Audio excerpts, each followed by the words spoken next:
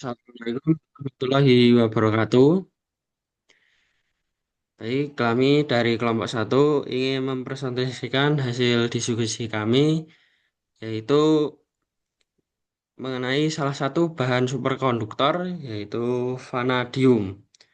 Sebelum masuk ke materi, izinkan perkenalkan anggota kelompok kami. Yang pertama, Muhammad Marufin dengan NIM akhir 01, Muhammad RJ Alvin Andara Pratama dengan NIM akhir 08, Gifarah Hanifah Hermawan dengan NIM akhir 16,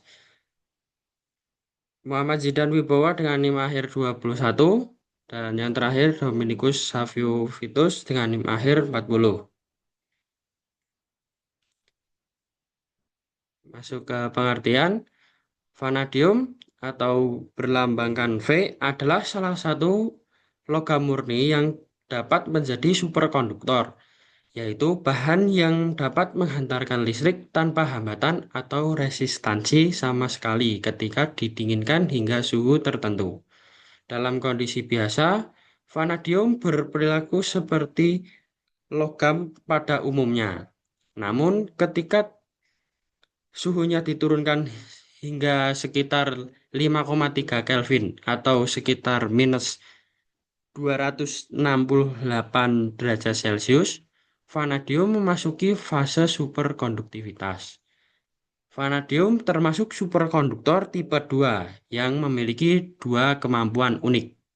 Yang pertama, resistansi nol. Listrik mengalir tanpa hambatan. Yang kedua ada efek Misner.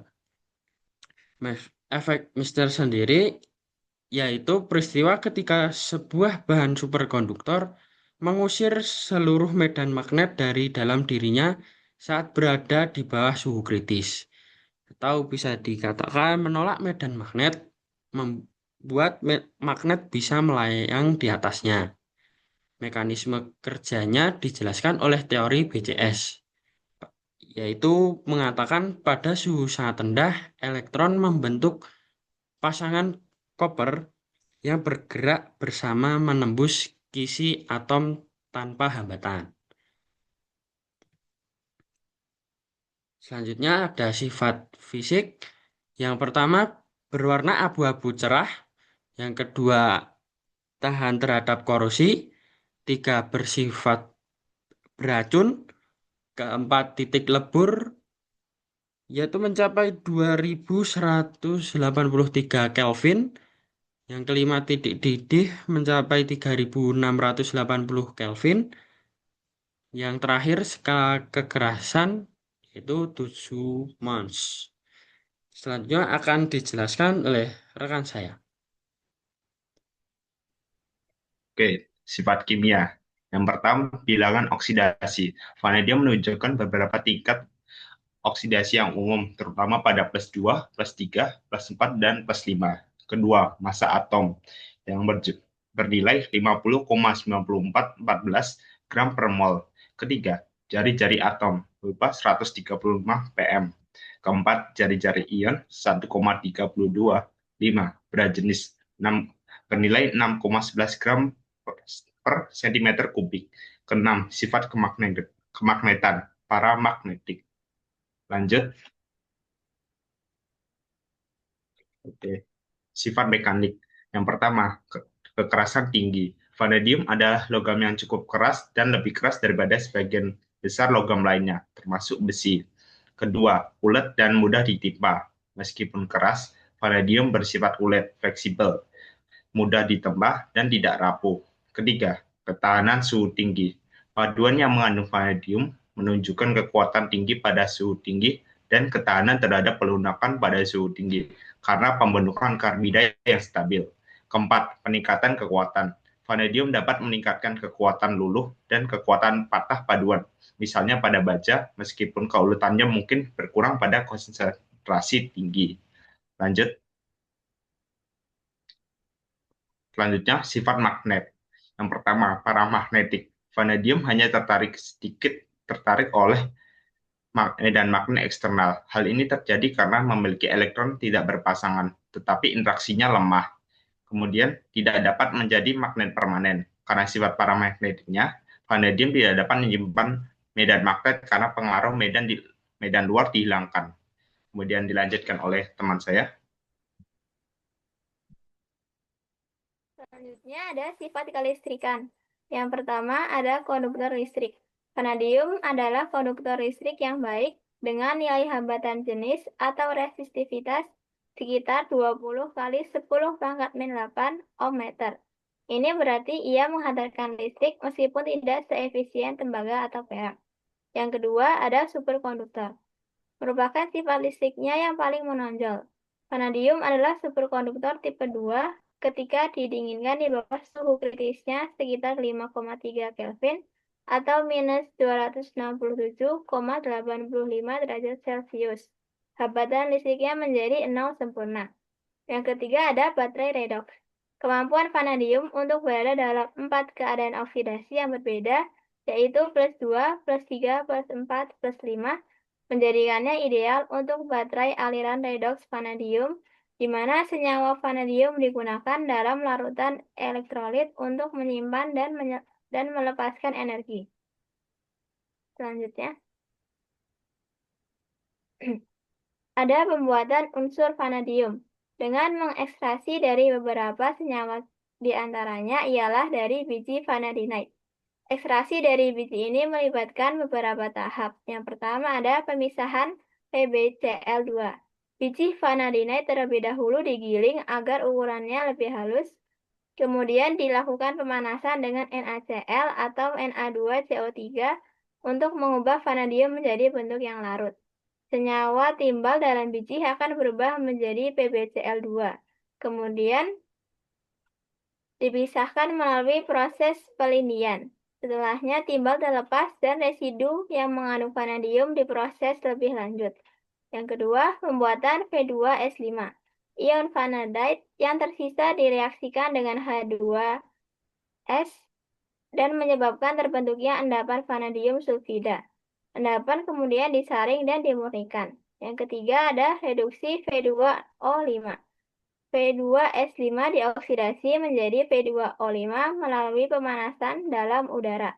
Kemudian direduksi menjadi vanadium logam melalui proses reduksi menggunakan magnesium, aluminium, atau karbon kokas pada suhu tinggi. Dari biji carnotite, ekstraksi dari biji ini melibatkan beberapa tahap, yaitu yang pertama pembuatan orthovanadite sodium. Carnotite diolah dengan Na2CO5 melalui pemanggangan atau pelindian.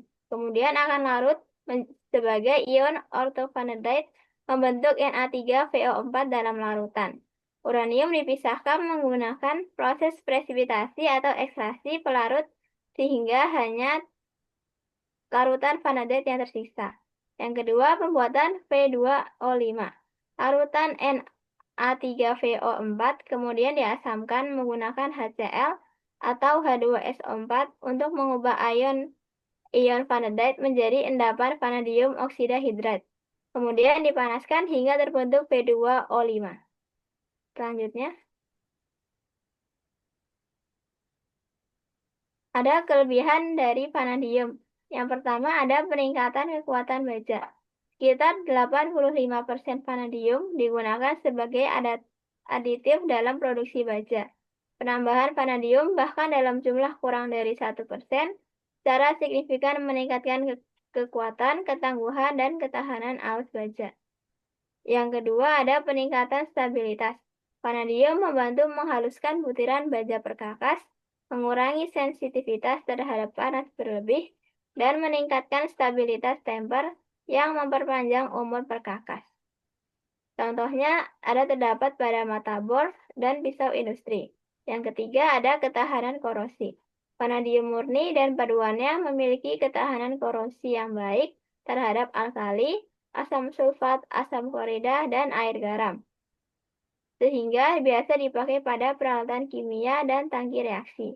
Yang terakhir, yang keempat, ada rasio kekuatan terhadap berat. Vanadium memberikan peningkatan kekuatan yang signifikan tanpa menambah banyak berat. Ini menjadikannya material penting untuk industri kedirgantaraan atau biasa digunakan dalam komponen mesin jet, rangka pesawat, dan otomotif performa tinggi. Kemudian akan dilanjutkan oleh rekan saya.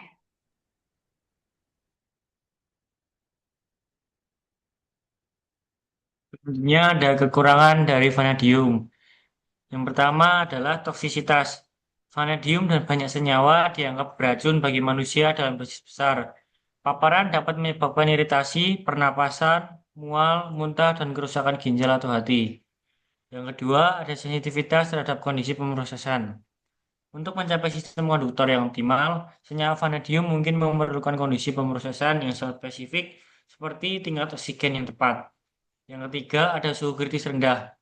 Meskipun vanadium murni dan beberapa paduannya menunjukkan superkonduktivitas, suhu kritis mereka cenderung lebih relatif rendah dibandingkan dengan superkonduktor suhu tinggi atau high temperature superkonduktor.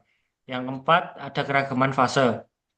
Vanadium dapat memiliki beberapa keadaan oksidasi, yaitu plus 2, plus 3, plus 4, dan plus 5, yang dapat menyebabkan pembentukan berbagai fase material yang berbeda selama sintesis. Sulit untuk mengontrol pembentukan fase superkonduktor murni.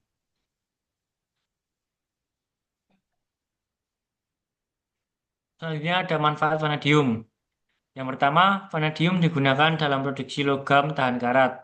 Dan yang kedua, vanadium digunakan sebagai bahan tahanan baja. Ketiga, vanadium digunakan untuk melapisi titanium pada baja. Keempat, vanadium digunakan untuk membuat logam campuran. Dan selanjutnya ada perbandingan antara vanadium dan niobium.